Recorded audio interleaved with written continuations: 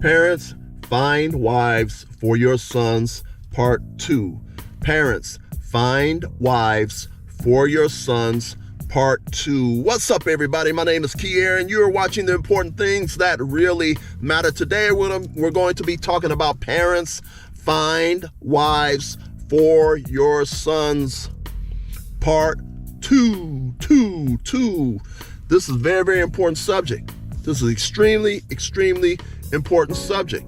Okay, why is it important? It's so important because if you have spent a lot, parents, if you have spent a lot of time and a lot of money raising them properly, raising your sons properly, if you sent them to private school, if you didn't have enough money to send your sons to private school, and you were making sure that they had the tutors to help them in their classes, you were helping them to do their homework, you were spending a whole lot of time, a whole lot of effort, and getting them in to not only do sports, but to do boxing and other things along those. All the time and all the money that you have spent on your sons to make them very, very successful, and they're on their way to a college or university or some school that's going to help them to continue to be successful.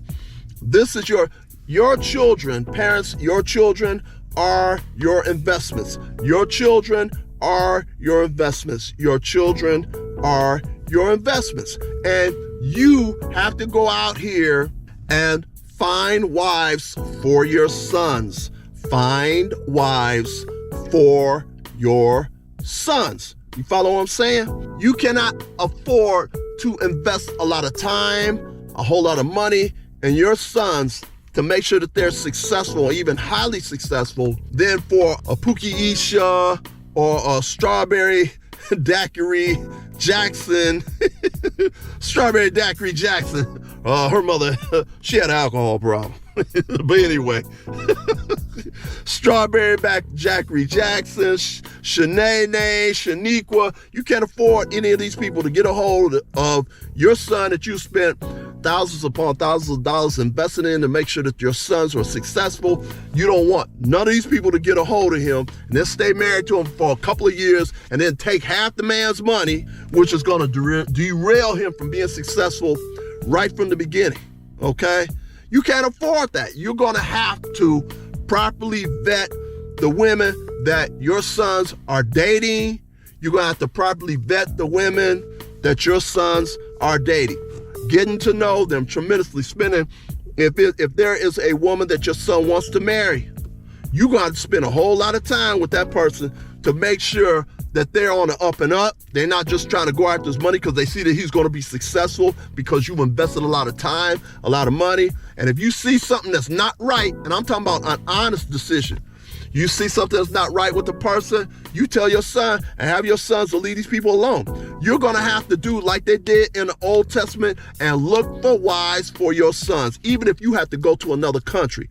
Many of the third world countries still have third world countries. I'm talking about parents, husbands, wives, mothers, and fathers. You're going to have to go and find wives for your sons. Okay? Many third world countries, the family structure is still in place. The family structure is still in place in many third world countries. Women know their roles in third world countries. It's an honor to cook, honor to clean for their husband, for their family. It's an honor. They've been trained by their mothers to be good wives. They've been trained by their mothers and fathers to be good wives, be good husbands. They've been trained by their aunties to be good wives, to be good mothers, to be ladies, not somebody who's out here loose and trying to screw everybody. They've been trained properly. So you may have to go look for your wife for your sons, maybe even in another country like Africa. Family structure is still in place in Africa. The family structure is still in place in South America. You have African South Americans down there. You may have to go to a third world country where the family structure is still in place, like maybe Africa, South America, like Brazil. The family structure is still in place in Mexico. Colombia. The family structure is still in place in many of these places. but you still have to properly vet the people, the women that you want your sons to marry. You follow what I'm saying? You still have to properly vet them. You still have to spend months and months and months time with them to make sure that they're going to be a good fit for your sons. The father and the mother has to be involved in looking for these people. And then once you find the wives, you have to spend a whole lot of time with them to make sure that they are traditional women. You don't want a modern woman to marry your successful sons. You don't want a Pookie Isha, Strawberry Daiquiri Jackson. You don't want none of these people getting a hold of your sons so that they can just 2 years later divorce him and take half his money. This person was on a trajectory to be successful, and then they run these type of women that's out here, and their role models is I ain't gonna mention some of the female rappers. Okay, they feel like they have a right to screw half the city if they want to, and nobody should say anything about it because nobody should judge. No, people should judge.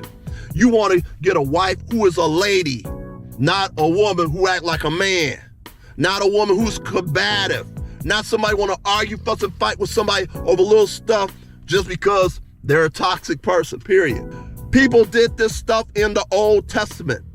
People did this in the Old Testament. They went looking for wives for their sons. God Almighty specifically told the children of Israel, specifically gave them instructions, don't marry any of these women that live around you. Same subject goes for today. Don't marry any of these ones around here that act like they don't want to be a lady, that act like they don't want to be a good wife, act like they don't want to be a good mother. Any person that think that they're too young to get married and they in their 20s, leave them alone. Let them go run the street. Let the streets spoil them and make them look real bad and tear them up on the inside. Let them deal with that. Men, in some countries, if the woman is not married by 22 or 23, they start looking at the woman like, what's wrong with you? You've been properly trained. How come you can't find a husband? Okay? They've been trained. You may have to go to another country to find good wives for your sons, for your sons. I told you some places to look, especially if you're African American male.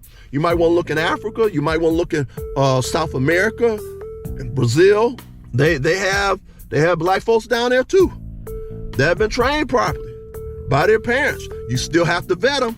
You still have to get to know them. You still have to make sure that they got their heads on straight, which means you're going to have to do a whole lot of praying and asking God to show you which women are going to be good for your sons. Okay? You have to do that because only God knows what that person's going to do 10, 20 years down the road. You don't want somebody that's going to marry your successful sons that's on a trajectory to be successful, and then one of these different women, modern women, only want to marry the son so that 2 years later they can divorce him and take half the man's money. I'm not going to make mention of it, but there's a couple of men that are very successful men. They were only married a few years before their wives dumped the husbands they were good men. And they were making very good money, like millions of dollars. The only reason they got with them was to take out their money. So they basically derailing the man's success for being even more successful because the man got to run back and forth to court because this woman think that $30,000 a month is not enough money.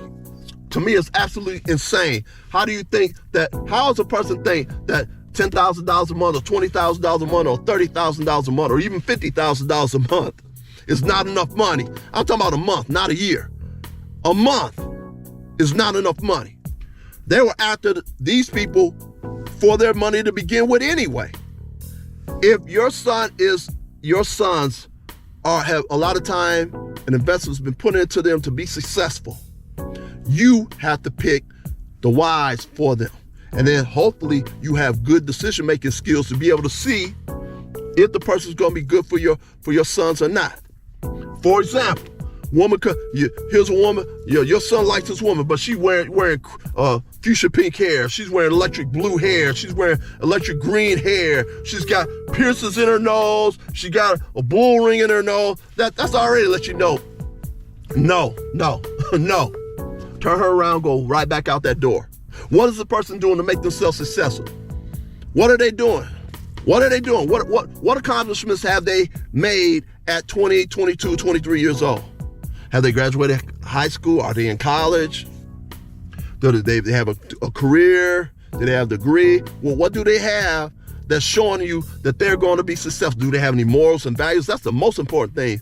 Do they have any morals or values? Do they have any morals or values? And then you got to watch them. You can't just go by what somebody says. You got to look and see what they do with their actions. They're talking about their Christian lady, but you go on there, go to their Instagram page and they walk around with no clothes on or have no clothes on. You have to check them out. You have to investigate. You have to, what they say, vet. Investigate the person. Spend time with the person. Talk with them over and over and over again to make sure they're in the right and proper mindset for your sons to marry, so they have a long-term marriage. I was talking to a woman. This woman was a minister at this large mega church. I'll say fair use. She was telling me that, and this woman was a good African-American woman, a good African-American woman. She was a good mother. Her son comes home. I think he had to be somewhere around about 22, 23 years old, raised in the church and everything. He's like, Mama, he wants to get married. He wants to marry a woman like his mother because he had a good mother, a good African-American female for a mother. There's some bad ones out there. There's some real bad ones out there. The ones that are so bad, they'll put a 12-year-old son or 14-year-old son in the street at 12 or 14, knowing that that kid does not possess the skills to be able to fend for themselves or take care of themselves. There are mothers who have done this, put their kids out in the street, 12 years old. I don't want to take care of you no more. These are the type of people you got out here nowadays. Who in their right mind will do some crazy stuff like that? Put a 12-year-old boy, 14-year-old boy in the street. Just tell them I don't want to take care of you no more. There's people out here who's done this. There's a multi-millionaire basketball player right now. That happened to him. There was also a football player where that stuff happened. Mother put him out in the street, 12 years old, 14 years old. Okay? Back to what I was saying before about this woman. This woman's a minister in a major mega church. Good mother. Son come to her crying. He wants to get married. He wants to get a wife. He wants to have a family. He wants a woman like his mother because his mother was a good mother. Okay, African-American male, good mother. Okay, and so he's crying to his mother. He's like, Mama, I run to these people. They want these women want him to pay their car note, pay their rent, pay their phone bills, like, dude. And the guy's like, I just met these people and they want me to pay their car note already. Met these women, want me to pay their rent already. What's messed up is that I've seen at least three street interviews. I saw at least 3 street interviews, at least 3. And what were they interviewing the people on the street about? They were interviewing the people on the street about, would the women prefer a street pharmacist, also known as the dealer? You know what type of dealer I'm talking about out on the street. Would you prefer to date and be in a relationship with a street pharmacist, also known as the dealer, or a person working a 9-to-5 job? The pharmaceutical street pharmacist or the person working a 9-to-5 job? Do you know 100% of the African-American women, 100% of the African-American women, in 3 of those street interviews, all of them said they'd rather be with the dealer, the street pharmacist. They all said that, 100%.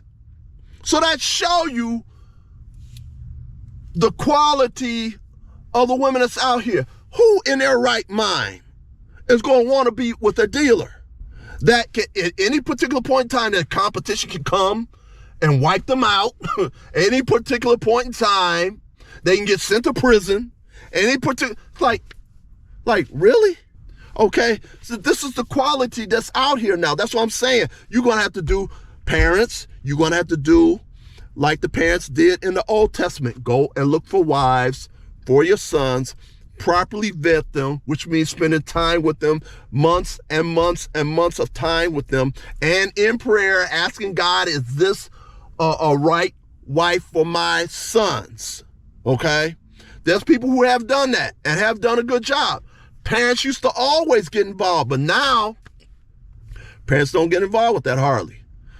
These people sit up here picking a kid. Like I said, the street interviews were all 100% of the women in each of the 3 street interviews wanted to be with the street pharmacist, the dealer, instead of being with somebody with a 9-to-5 job. This is main reason why parents need to go and find wives for their sons and properly vet them, properly interview these people, spend months and months of time with these women before their sons marry them.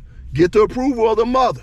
Get the approval from the mother, the grandmothers, and the aunts and stuff like that before you marry these people. 80% of divorces are filed by women. 80% of divorces are filed by women.